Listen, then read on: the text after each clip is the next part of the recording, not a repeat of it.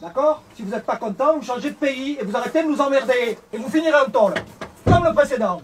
Je vais vous raconter l'histoire de ma quarantaine.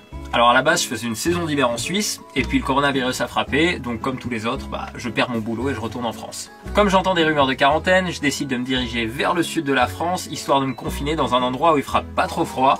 Et comme je connais un petit espace où on est habituellement toléré en camion, je me mets à proximité de la ville de Millau, avec quelques potes qui ont eu la même idée. Les 10 premiers jours de la quarantaine se passent super bien, hein. On respecte le truc à fond, on est complètement isolé de l'extérieur. Une fois par semaine, il y en a un qui va faire les courses pour le reste du groupe. Et par respect pour le confinement et pour le personnel hospitalier, on décide de ne pas sauter des sites sur lesquels on fait habituellement du base jump à proximité. J'appelle même personnellement tous mes potes et les gens que je connais dans la communauté à ne pas sauter parce que je pense réellement qu'il faut respecter le confinement. Bon, c'est le 11e jour que les choses se compliquent un peu, hein. Les gendarmes nous sortent des camions à 21 h et nous disent qu'on a 24 heures pour dégager parce qu'on devrait pas être là. Et on leur explique qu'on a nulle part où aller car les campings et aires de gens du voyage sont fermés pour cause de confinement. Et comme on a terminé nos saisons de façon imprévue, on n'a pas de logement. Mais bon, en gros, ils disent que c'est pas leur problème et qu'ils vont revenir demain pour nous aligner. Du coup, en recherche de solutions, le lendemain, j'appelle la mairie de Millau pour leur demander où est-ce qu'on pourrait s'installer légalement, et la mairie nous répond ceci. On a été en contact avec la préfecture de l'Aveyron. Oui. C'est le cabinet du préfet maintenant qui va gérer. Il y a pas là à ce stade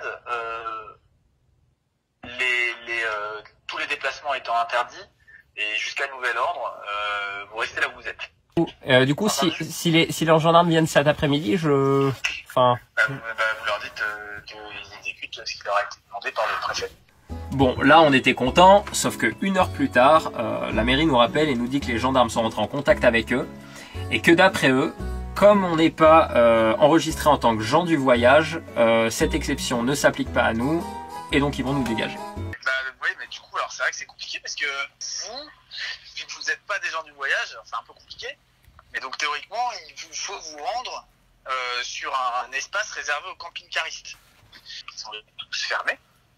Donc on peut même pas vous accueillir dessus parce qu'ils sont fermés. Donc on a fermé quasiment tous nos services.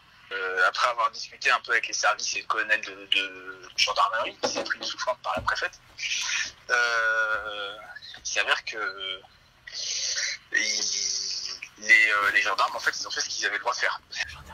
Le maire de Verrières, s'il peut pas, Alors, c'est exceptionnel. on a les gendarmes qui arrivent. On a 2 camions de gendarmes qui arrivent et du coup vous allez voir en direct. Donc comme vous pouvez le voir, au même moment les gendarmes arrivent, 3 voitures, 10 personnes. Ils n'ont pas du tout apprécié qu'on appelle la mairie et donc ils viennent clairement pour se venger. Ils commencent par nous mettre les 135 € pour non-respect du confinement, cherchent d'autres excuses pour nous aligner et en plus de ça nous demandent de rentrer aux adresses qui sont sur les cartes grises, à savoir Cannes, Lyon, Bordeaux et Annemasse. Je leur explique qu'on n'a pas de logement à ces adresses, donc le problème ne sera pas réglé mais seulement déplacé. Mais qu'en plus de ça, il est complètement absurde de demander à des gens isolés de faire des centaines de kilomètres à travers la France alors qu'on essaye justement de limiter les mouvements. Et là, leur chef me répond de façon fort cavalière qu'il n'en a rien à branler, je cite, et qui veut juste qu'on se casse de son département. Comme ça dure un peu et qu'il est très agressif, je décide d'allumer ma caméra et de filmer en allant chercher mes papiers. Et la carte grise, elle a quelle adresse? C'est ma voiture. Elle a une adresse qui n'est plus mon adresse. Donc vous ne recevez pas de courrier? Je ne reçois pas de courrier. Comme je vous l'ai dit, C'est pas grave, on tu était lui fais à l'adresse de la travailler. carte grise, il ne paiera pas la main, il sera inscrit RPR, on n'a rien à foutre. Et moi non plus d'ailleurs. On va pas se faire chier. L'attestation d'assurance. L'attestation d'assurance. Tu peux lui faire aussi la... On va faire ça. Attestation d'assurance, je vous la montre tout de suite. On est le quotidien de votre équipe. Vous voulez jouer, on va jouer. J'ai pas d'adresse, j'ai pas pu grave. recevoir. Votre adresse mail? Votre adresse mail, s'il vous plaît. J'ai pas d'adresse mail. Vous voulez pas être coopératif, je vais pas être coopératif non plus. Vous voulez m'aligner, mettez-moi Vous l'assurance, allez mettez-moi tout. finir en garde à vue. Là, effectivement, j'ai eu complètement tort de répondre et de refuser de coopérer. De toute façon, on ne gagne jamais face à un gendarme, c'était stupide de ma part. Mais à ma décharge, ça faisait 10 minutes qu'on se faisait agresser. Moi, en fait, j'étais à bout. Je viens de perdre mon job d'hiver. J'ai droit à aucune compensation parce que je travaille en Suisse et en plus de ça, on vient me coller des amendes alors que ça fait 10 jours que je me confine. En plus de ça, on me dit d'aller dans un logement qui n'existe pas, dans une ville pleine de gens alors qu'on est censé s'isoler et que sur le chemin, je vais me faire aligner tout le long puisqu'on n'a pas le droit de se déplacer. Il veut rejoindre son épouse dans le Var. Inutile d'insister, 135 € d'amende.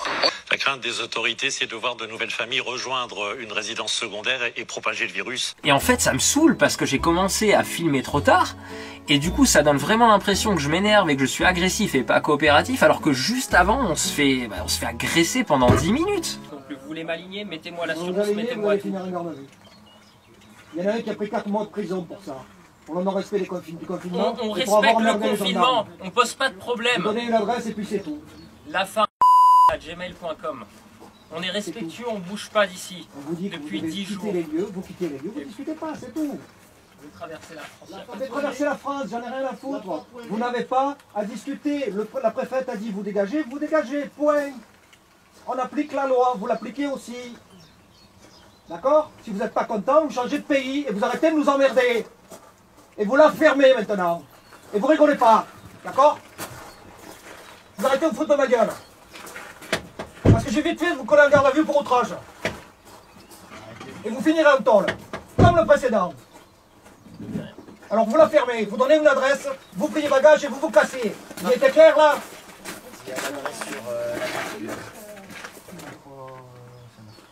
Et vous arrêtez de la ramener.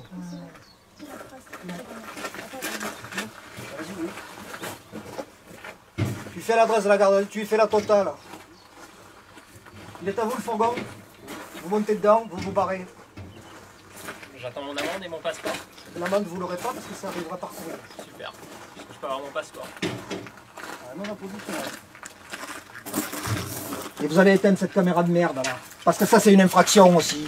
Ah D'ailleurs bon? je vais vous coller en garde à vue. Ah oui? Je croyais que c'était autorisé. Non, Ah bon? On peut pas filmer? non, Ah oui? vous avez besoin de mon autorisation pour filmer. C'est pas vrai. La loi Si, dit le c'est vrai. contraire. Non. La loi dit le contraire et Non, vous monsieur. le savez très bien. Non, non, non, Vous essayez de vous avez besoin m'intimider. de mon autorisation pour filmer. Vous pouvez pas filmer les forces de l'ordre. Vous n'avez pas le droit de filmer les forces de l'ordre sans autorisation.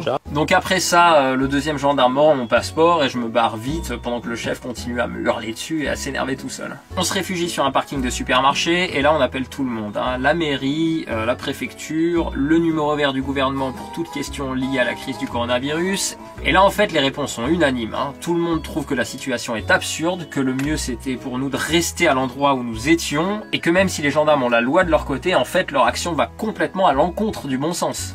D'accord. Si vous vous faites recontacter par les gendarmes, en fait, vous leur dites qu'ils fassent le numéro que vous avez fait pour nous appeler, parce qu'ils n'ont pas le droit, effectivement, puisque la préfecture vous a donné l'autorisation de rester là, ils n'ont pas le droit de vous faire partir. Légalement, apparemment, ils en ont le droit, mais c'est en dépit de tout bon sens. C'est absurde. Et voilà. Bon, c'est pas évident du tout. Ce qu'il faut faire, j'ai demandé à mon collègue, parce qu'il ne faut pas laisser passer ça. Vous êtes considérés comme des gens du voyage, même si vous n'avez pas une attestation de gens du voyage, puisque effectivement vous faites que les saisons. Donc voilà, en fait, ça n'a absolument aucun sens, mais on sait tous très bien qu'il s'agit d'une vengeance parce qu'ils n'ont pas apprécié en fait qu'on appelle au-dessus dans la hiérarchie et qu'ils se fassent un peu gronder par la préfecture. Ils ont pris un coup de pression, mais après voilà, la pression c'est fait partie du truc. Enfin, moi honnêtement, je vous dis, je pense que c'est la solution la plus raisonnable, sachant que vous étiez déjà là-bas. Bon, la galère ne s'arrête pas là, puisque comme on a changé de secteur, on est aussi contrôlé par la police municipale. Heureusement, on arrive à leur expliquer qu'on est en recherche de solutions. Mais enfin, un pote nous donne le contact d'un ami à lui dans une autre ville qui a un terrain et qui veut bien nous laisser l'utiliser pendant la période du confinement. À peine arrivé, la police nationale débarque car ils ont été appelés par les voisins, ça a pris moins de 10 minutes. Bref, on s'est trouvé un endroit tranquille et on espère vraiment pouvoir y terminer notre confinement sans être embêté. Je tiens quand même à dire un grand merci à la mairie de Millau parce que même s'ils ont été impuissants et ça n'est pas de leur faute, ils ont tout fait pour nous aider, ils ont passé des coups de téléphone, ils nous ont appelé nous toutes les heures pour prendre des nouvelles et voir si on allait bien. Je tiens aussi à dire que la police municipale et la police nationale ont été très compréhensifs et qu'ils ont fait preuve de discernement et d'intelligence. Bon, par contre, la gendarmerie de Saint-Beauzély, on les remercie pas. Je trouve juste dommage que les institutions ne puissent pas nous protéger quand on est victime de l'abus d'autorité d'une personne, surtout quand ça va à l'encontre du bon sens et des directives de la santé publique. Donc voilà, c'était le récit du confinement en van. Bien évidemment, je vais contester les amendes. Pendant un moment, je pensais signaler le gendarme, mais je ne sais pas si ça sert à grand chose et si ça changera quoi que ce soit. J'espère juste que s'il voit cette vidéo, ça lui renverra une image extérieure de lui-même, parce que clairement, il s'est pas rendu compte de l'absurdité de ce qu'il nous demandait et de la situation dans laquelle il nous a mis.